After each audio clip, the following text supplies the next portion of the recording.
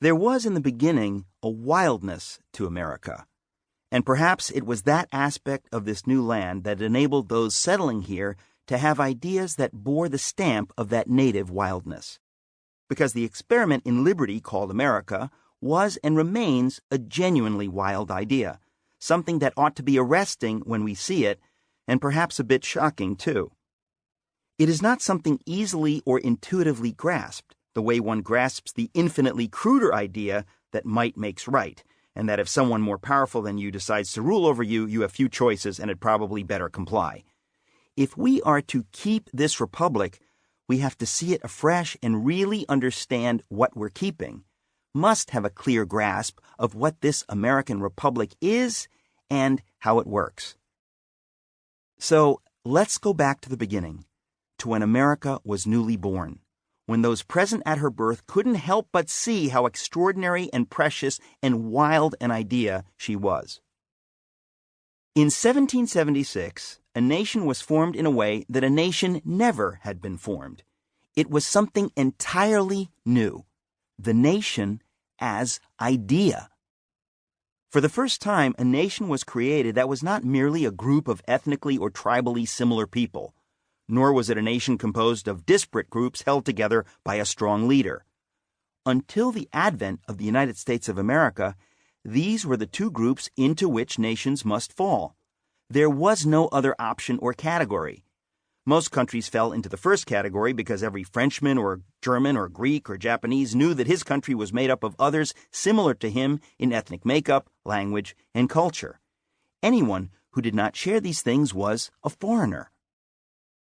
In the second category, we may place all empires, such as those of Alexander the Great and of the Romans, and the British Empire, and in more recent times the Iraq of Saddam Hussein, which was a nation of Shia Arabs, Sunni Arabs, and Kurds who, but for the brutal peace kept by their strongman dictator, would have been at war with one another.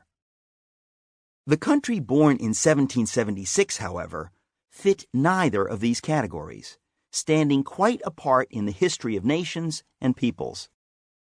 But what was it exactly, and where had it come from?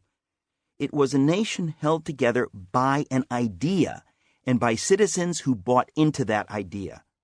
They were of different backgrounds and different religions. Some of them lived in Maine, and others in Virginia, and others in Georgia, and others in all the colonies in between. But they all were Americans because they voluntarily believed in that idea. That a nation could be held together by people believing in an idea was unprecedented, as I have said. It had never happened before and has really never happened again. It was nothing more and nothing less than this singular idea that held America and Americans together, and the idea in which they believed was, in a word, liberty. But the strangeness and foreignness of this new nation conceived in liberty is simply impossible to appreciate fully today.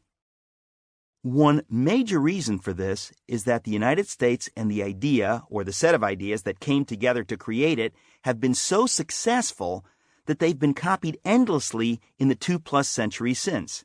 Today, there are many nations around the world that, while not quite like the United States, nonetheless resemble her in one way or another. So the United States simply doesn't look unique as it once did. The freedoms that we alone had in 1776 are now freedoms that are enjoyed by the citizens of many countries around the world. We might say that in this aspect, we are the victims of our own success, and of course, we should be deliriously happy so to be. It is a testimony to the triumph of the ideas that led to our founding and that saw us through these 2 centuries of magnificent and world-changing accomplishments. But back in 1776, and in the decades after, this nation was all alone in embodying these ideas, so it was very easy to see them clearly. Its uniqueness at that time can hardly be overstated.